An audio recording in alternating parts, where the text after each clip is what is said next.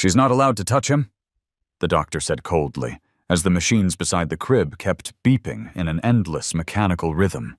Yet at that exact moment, Aisha Monroe stood frozen in the doorway, clutching her worn handbag, staring at a 4-month-old baby who looked far too tired to be alive. Aisha, a poor black woman from the outskirts of the city, had just stepped into the most luxurious private hospital money could buy. It was her first day as a nanny for baby Ethan Carter, the son of billionaire Daniel Carter.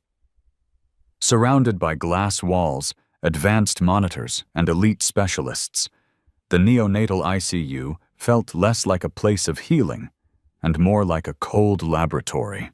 18 doctors had already tried and failed to save Ethan from a mysterious condition that no test could explain.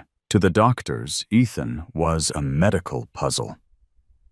To his father, he was a constant reminder of loss. His wife had died during childbirth, and grief had pushed him to keep an emotional distance from his own son. But to Aisha, one quiet look into Ethan's eyes revealed something the machines could not measure: loneliness. She had seen that look before. In other babies. In her own child once. Against strict medical orders, Aisha gently held Ethan, humming a soft lullaby passed down from her grandmother. Something extraordinary happened. The baby's breathing slowed. The tension in his tiny body eased. For the first time in weeks, he rested peacefully. The doctors called it coincidence. Aisha called it love. In a world ruled by wealth protocols and technology, it was the simplest human connection. Warm arms and genuine care that finally reached a child who had been silently asking to be seen. By the 3rd week, hope had begun to feel like a cruel joke. Doctors rotated in and out of the room with confident strides and taut eyes, carrying charts thick with numbers that meant everything and nothing. Blood tests, genetic panels, brain scans, cardiac evaluations, metabolic screenings, every possible exam modern medicine could offer had been run on Ethan Carter's tiny body. Each time the results came back the same: normal. Or worse, inconclusive. Or worse, how can a baby be dying if nothing is wrong? Daniel. Carter demanded one night, his voice cracking as he stared at the glowing monitors. No one answered him directly. They never did. Instead, they used careful words, rare, unprecedented, mysterious. Words that sounded intelligent, but felt empty. Ethan was fading anyway. His cries grew weaker, then almost disappeared. His feeding tubes stayed in place because he no longer had the strength to nurse. His body, once warm and reactive, seemed to retreat inward, as if he were slowly letting go of the world before ever truly entering it. The machines kept him alive, but they could not explain why he no longer seemed to want to live. To the medical team, Ethan became a case study. A puzzle discussed in hushed voices during late-night consultations. 18 specialists, some flown in from across the country, stood around his incubator at different times, all brilliant, all baffled. They adjusted medications, debated theories, ruled out one diagnosis after another. Nothing changed. Aisha Monroe watched all of this quietly. She stood in the corners of the room, hands clasped, listening as doctors spoke over Ethan as if he were not there. She noticed the way his eyes followed voices, the way his fingers twitched when someone spoke softly, the way his heart rate spiked when the room fell silent again. No scan showed that. No chart recorded it. One afternoon, a senior physician finally said what everyone had been thinking, but no one wanted to admit. "We are running out of options." The words hit Daniel like a physical blow. He nodded slowly, staring at the floor, already bracing himself for another loss. The room felt colder after that, heavier. Protocols were tightened. Contact was limited. Stimulation was reduced. The plan was to protect Ethan's fragile body at all costs. But as medicine reached its limits, Something vital was being overlooked. Aisha felt it deep in her chest, a quiet, aching certainty. This wasn't just a medical mystery. This was a human one. Ethan wasn't failing because something inside him was broken. He was fading because nothing and no one was reaching him anymore. The truth no one dared to say out loud lived not in the machines, but in the silence around the crib. Daniel Carter had lost his wife the day Ethan was born. One moment he was holding her hand in a bright delivery room filled with expectation. The next he was standing alone, listening to words that no husband is ever prepared to hear. Complications. Too late. She was gone. Ethan survived, but survival came wrapped in grief so heavy it hollowed Daniel from the inside out. In the weeks that followed, Daniel did what many broken men do. He shut down. He showed up physically, but disappeared emotionally. Every time he looked at his son, he saw the woman he loved lying still under white hospital sheets. Holding Ethan felt like reopening a wound that never stopped bleeding. So he kept his distance, telling himself the doctors, the nurses, the machines would do what he could not. Ethan spent his earliest days surrounded by people, yet profoundly alone. After the funeral, the hospital became his world, sterile walls, cold lights, gloved hands. He was passed gently but impersonally from nurse to nurse, monitored, constantly touched, rarely. No familiar voice whispered his name. No steady heartbeat beneath his cheek. No arms held him simply because he existed. Aisha noticed how Ethan stiffened when strangers adjusted his tubes, how his tiny body relaxed only for brief seconds when someone lingered near his crib. She noticed how Daniel stood several feet away, hands in his pockets, eyes fixed on the monitors instead of his son. Not because he didn't care, but because caring hurt too much. One evening when the room was quiet, except for the hum of machines, Aisha spoke softly. "He knows," she said. Daniel frowned. "Knows what, that he's alone?" "That he's—" The words landed gently, but they landed deep. Aisha had seen this before. Babies who were fed on time, cleaned, perfectly medically protected, yet slowly faded. Not from disease, but from absence, from never being held long enough to feel safe, from never hearing a voice speak to them with love instead of instruction. Ethan had lost his mother before he could feel her warmth. He had felt his father's grief as distance, not understanding it, only feeling the emptiness it left behind. And now, surrounded by machines and strangers, his tiny body was doing the only thing it knew how to do when no comfort came. It was giving up, not because he was weak, but because no one had shown him a reason to stay. Aisha looked at Daniel, then really looked at him, and saw a man mourning silently beside a child who was mourning too, each trapped in their own pain, inches apart yet worlds away. Aisha Monroe didn't need a medical degree to recognize what was missing. She felt it in her bones, in the quiet ache of memory that never fully left her. Years ago, she had held her own baby the same way, too. Still too quiet eyes, searching for something that never came. Back then, no machine had warned her. No doctor had explained it.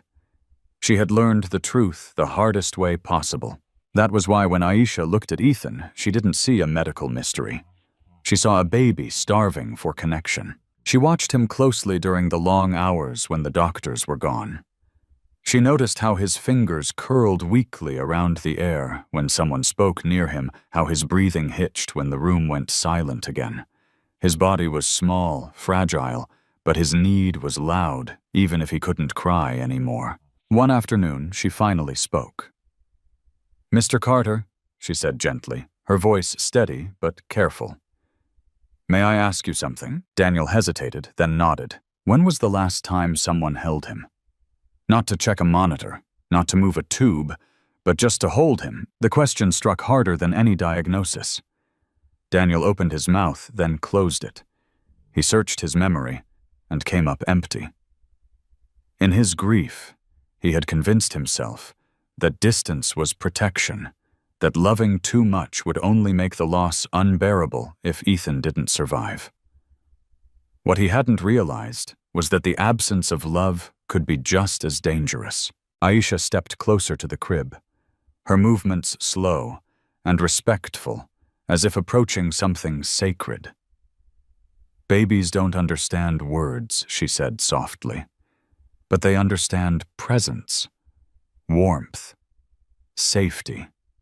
Without it, their bodies forget how to fight." Daniel swallowed. "The doctors say stimulation could make things worse." Aisha nodded. "Too much stimulation can be harmful," she agreed. "But no affection at all." She shook her head. "That's not protection. That's isolation."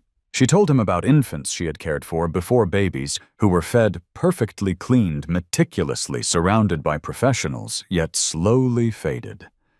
She spoke of something doctors rarely discussed anymore, something older caregivers still recognized: emotional deprivation. Hospitalized babies who received everything except love and paid for it with their health. Then she shared what she had never planned to say out loud. "I lost my son," Aisha whispered. "He looked just like Ethan when he started to fade. I followed every rule, I trusted every instruction, and I didn't hold him enough, because I was told not to." Silence filled the room, thick and heavy. Aisha's eyes glistened, but her voice did not shake. "I can't change what happened to my child, but I can't watch it happen again." She looked at Ethan, then back at Daniel. "He doesn't need another test. He needs to feel like someone wants him here." Daniel's hands trembled as he rested them on the edge of the crib, closer than he had dared before. For the first time, he truly saw his son not as a reminder of death, but as a fragile life waiting for a reason to stay. And in that moment, Aisha's quiet intuition began to challenge everything medicine thought it understood. The tension didn't arrive loudly. It crept in with clipped voices, tightened jaws, and the subtle shift in the air when authority feels challenged. The next morning, the medical team returned, as usual, white coats, crisp tablets in hand. At the center stood Dr. Harris, the head of the neonatal unit, a man respected for his brilliance and feared for his rigidity. His eyes landed immediately on Aisha, standing closer to Ethan's crib than protocol allowed. "I was very clear yesterday," he said coolly. "Minimal contact, observation only." Aisha didn't step back. "With respect, doctor," she replied, keeping her voice calm, "he's not responding to your treatments, but he responds to presence." The room went silent. Daniel stood near the wall, heart pounding. Part of him wanted to retreat, to let the experts speak, to hide behind credentials and certainty. But another part, newly awakened, stayed rooted in place. Dr. Harris exhaled sharply. "This is not a debate. We follow evidence-based medicine here, not intuition." "Then explain this," Aisha said softly, gesturing toward Ethan.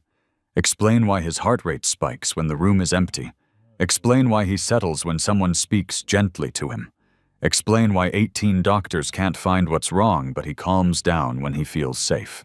A younger doctor shifted uncomfortably. Another avoided eye contact. "You're anthropomorphizing," Dr. Harris snapped. "He's an infant. He doesn't have complex emotional needs." "Yes, he does," Aisha said. "All babies do," Dr. Harris scoffed. "And where did you study medicine, Ms. Monroe?" "I didn't," she answered honestly. "I studied child development, and I've spent years caring for babies no one else wanted to deal with. Babies who stopped eating, babies who stopped crying, babies who faded not because their bodies were broken, but because their hearts were empty." "That's sentimentality," another doctor muttered. "Dangerous sentimentality." Daniel felt something inside him snap. "Dangerous," he said, his voice low but firm. Every head turned toward him. "What's dangerous is watching my son disappear while you argue over terminology." Dr. Harris stiffened. "Mr. Carter, emotions are understandable, but..." No, Daniel interrupted. "What's not understandable is why no one asked how much human contact my child has received. How often he's been held, spoken to, loved." Silence again. He saw it then, the hesitation, the uncomfortable truth settling into the room. Aisha took a breath. "There's a condition," she said quietly, called emotional deprivation syndrome. In the past, it was seen in institutionalized infants, medically cared for, emotionally neglected. The symptoms match Ethan's almost exactly. Dr. Harris's jaw tightened. "That theory is outdated. It's documented," Aisha replied. "Just not convenient." The doctors exchanged glances. No one spoke for several seconds. Finally, Dr. Harris straightened. "Even if there were merit to this idea, we cannot abandon protocol based on the opinion of a nanny." Aisha met his gaze without flinching. "Then don't call it my opinion," she said. "Call it an observation. And let the child be human." Daniel stepped forward. "I'm his father," he said, "and I'm asking you to reconsider." Dr. Harris hesitated. Authority warred with uncertainty in his eyes. "We will not deviate from protocol," he said at last. "This discussion is over." The doctors filed out, leaving behind a room, heavy with unresolved truth. Aisha closed her eyes briefly, steadying herself. She knew the rules. She knew the risks. But as she looked at Ethan, small, silent, waiting, she made a decision. If the system wouldn't bend for love, then love would have to move quietly and courageously within the cracks. It happened late in the evening when the hospital quieted into a fragile calm, and the hallways echoed only with distant footsteps and soft alarms. The doctors were gone. The lights were dimmed. Ethan lay awake, his tiny chest rising unevenly, eyes open but unfocused, watching, waiting. Aisha stood beside the crib, her heart pounding. Every rule echoed in her mind, every warning, every threat of consequence. But louder than all of it was the memory she carried, the weight of regret she would never outrun if she did nothing. She glanced at the door, then at Daniel, who stood silently in the corner, exhaustion etched into every line of his face.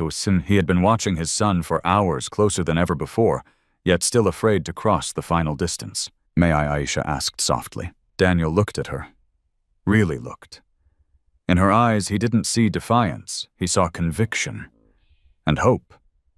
The kind he hadn't allowed himself to feel in months. He swallowed and nodded once. Aisha moved with reverence, gently lifting Ethan from the crib, careful of every wire, every tube. He felt impossibly light in her arms, like something already halfway gone. The moment she settled him against her chest, something shifted. Ethan stilled. The frantic tension in his tiny body softened. His breathing slowed, not forced, not mechanical, but natural. His fingers, which had been curled tight for weeks, relaxed and pressed weakly against the fabric of her shirt, as if confirming she was real. Aisha hummed quietly, a low, steady melody her grandmother had once used to calm frightened children. The sound wasn't perfect. It didn't need to be. It was warm. It was human. Daniel's breath caught. The monitor beside them changed its rhythm, subtle but unmistakable. Heart rate stabilizing. Oxygen levels evening out. Not dramatically, not miraculously, but enough to make every second feel suspended in disbelief. Then it happened. Ethan's lips trembled. At first, Daniel thought he was imagining it. Grief had taught him not to trust his own eyes. But then the corners of Ethan's mouth lifted just slightly, a fragile, fleeting expression that wasn't pain or reflex. It was a smile. A quiet, broken sound escaped Daniel's chest. His knees nearly gave out as he stepped forward, one trembling hand covering his mouth. He hasn't done that," he whispered. Not once. Aisha didn't stop humming. She didn't move.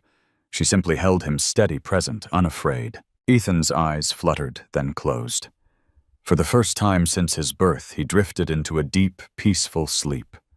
No alarms screaming, no body fighting itself. Just rest. Tears slid down Daniel's face, unchecked. He knelt beside them, reaching out hesitantly, as if afraid the moment would shatter if he touched it. Aisha shifted slightly, making space. "He knows you," she whispered. "He's been waiting for you." Daniel placed his hand gently over Ethan's back. The warmth startled him.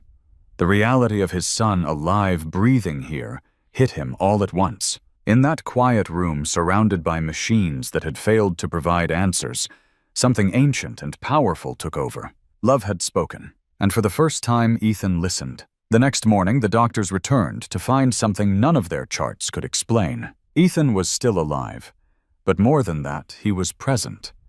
His color was warmer, his breathing steadier. The constant alarms that once ruled the room had softened into a quiet rhythm. Nothing in his medication had changed. No new procedure had been approved. And yet something undeniable had shifted. They called it temporary stabilization. Aisha and Daniel knew better. It wasn't a miracle born of science. It was a reminder of something far older. In the days that followed, Daniel stopped standing in the corner. He sat beside his son. He spoke to him, held him, let himself feel the pain he had been running from. And with every moment of presence, Ethan responded not dramatically, not instantly, but faithfully. Slowly, the fragile thread connecting him to life grew stronger. The hospital remained the same. The machines still hummed. The doctors still debated. But Ethan was no longer alone, because sometimes what saves us isn't what money can buy or what expertise can explain, but what love dares to give when logic says step back. This story reminds us of a truth we often forget in the real world. Not everything broken needs fixing. Some things need holding. In our rush to solve, diagnose, control, and protect ourselves from pain, we sometimes withdraw the very thing that gives life meaning, presence, connection, and love. You don't need to be powerful to make a difference. You need to be present. A kind word, a warm hug, sitting beside someone in silence. These are not small things. They are life-saving. Now we want to hear from you. Have you ever seen love change someone in a way logic couldn't explain? Share your story in the comments. Your words may heal someone who's reading quietly. If this story touched your heart, don't forget to like, subscribe, and turn on notifications. More human stories are coming, stories that remind us what truly matters. Because sometimes the greatest miracles are simply choosing not to walk away.